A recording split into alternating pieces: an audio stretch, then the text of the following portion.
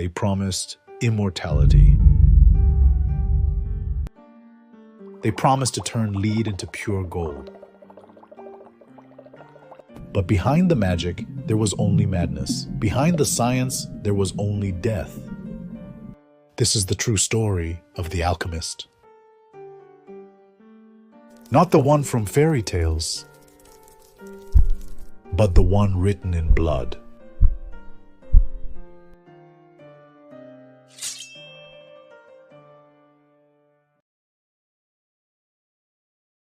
You are coughing up blood again, just a speck, bright red against the dirty linen. It's the fumes. They taste sweet today, like almond and rot. Outside your frozen window, the bells of Prague are tolling midnight, but you cannot sleep. You haven't slept in 3 days. The fire in the Athenor, your furnace, must not die. If the fire dies, the work fails, and if the work fails, the emperor takes your head. Rudolf II gives you lodging here, in the Golden Lane. It sounds rich, doesn't it? Golden Lane. In reality, it's a row of tiny, freezing hovels built into the castle wall, a cage for his pet magicians. He demands the Philosopher's Stone by the winter solstice, that is, tomorrow. You look at the mixture in the flask, it's supposed to be gold. Right now, it looks like gray sludge. You are an imposter, or maybe you are a genius who is just one ingredient away from godhood. The line between the two is as thin as the glass holding your life's work. To the peasant, this is magic. To you, it is cooking with poisons. The great work, the magnum opus, has 4 stages. You've memorized them better than your own children's names. First, nigredo, the blackening. You take the raw matter, lead, antimony, maybe dirt from a graveyard, and you burn it until it rots. Putrefaction is essential. The matter must die to be reborn. The smell in your lab is a mix of sulfur, which smells like hell itself, and charcoal. Your neighbors cross themselves when they walk past your door. They think you are summoning demons. You are just trying to separate the soul of the metal from its body. Then comes the dangerous friend, Mercury, quicksilver. It is the only metal that mimics life. It runs, it dances, it eats gold. You use it to dissolve the impurities. But Mercury demands a price.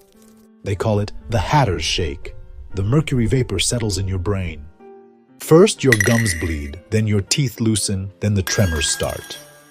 Look at your hands. You can barely hold the stirring rod. You are 30 years old, but your body is 60. You traded your youth for a recipe that might be a lie. Next is albedo, the whitening. You wash the black rot with acids, vitriol, and aqua regia. Royal water. It's the only acid strong enough to dissolve gold. One splash on your skin and it eats to the bone in seconds. You don't wear gloves. You need to feel the heat of the reaction. But chemistry is the easy part. The real danger is the other men in the lane. Edward Kelly, the Englishman down the street, claims he speaks to angels.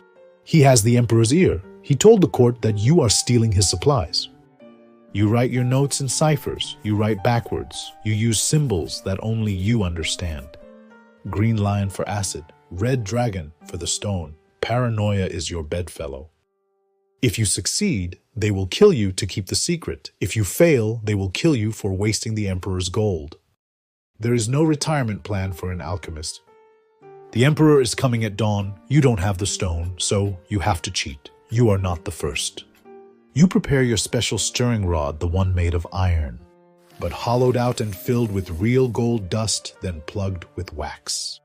When you stir the boiling lead, the wax melts, the gold falls in. Transmutation. It's a cheap parlor trick for a king who owns half of Europe.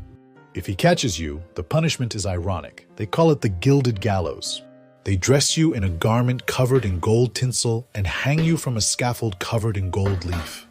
You die sparkling, a joke for the crowds. The thought makes your mercury-poisoned stomach turn. You retch into a bucket. It's mostly bile. Dawn, the final stage. Rubedo, the reddening. The fire is roaring now. You haven't blinked in an hour. You throw the red lion, your projection powder, into the crucible. The mixture must turn a deep blood-red crimson. That is the sign of the stone. It's turning red. Your heart hammers against your ribs like a trapped bird. Is it the trick, or did you actually do it? For a second, the fumes make you believe. You see the face of God in the smoke. You are immortal. You are rich. You are broken. The crucible cracks, a hairline fracture. The sound is like a gunshot in the silent lab. The liquid, your life, your gold, your freedom, hisses and spills into the ashes of the fire. It turns back into gray, useless sludge. The Red King is dead. The guards are at the door. You can hear the heavy boots on the cobblestones. You won't open it. You drink the rest of the hemlock on your shelf. But listen to me, your failure was not total.